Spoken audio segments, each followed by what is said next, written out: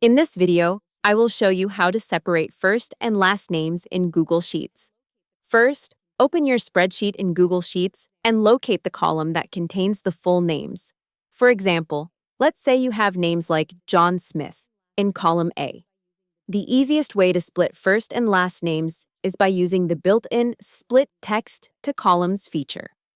Start by selecting the cells that contain the full names. Then go to the top menu, click on Data, and choose Split Text to Columns. Once you click it, Google Sheets will automatically try to detect how to split the data. In most cases, it will separate the names based on spaces, placing the first name in one column and the last name in the next. If it doesn't split correctly, look for the small separator menu that appears at the bottom of the selected data. Click it and choose Space as the separator. This ensures that the names are divided properly. Now you'll see the first names in one column and last names in another. Separating names helps you organize your data better, especially when sorting, filtering, or creating personalized lists. So that's how to separate first and last names in Google Sheets. Hope the tutorial was helpful. Subscribe to my channel and see you in the next video.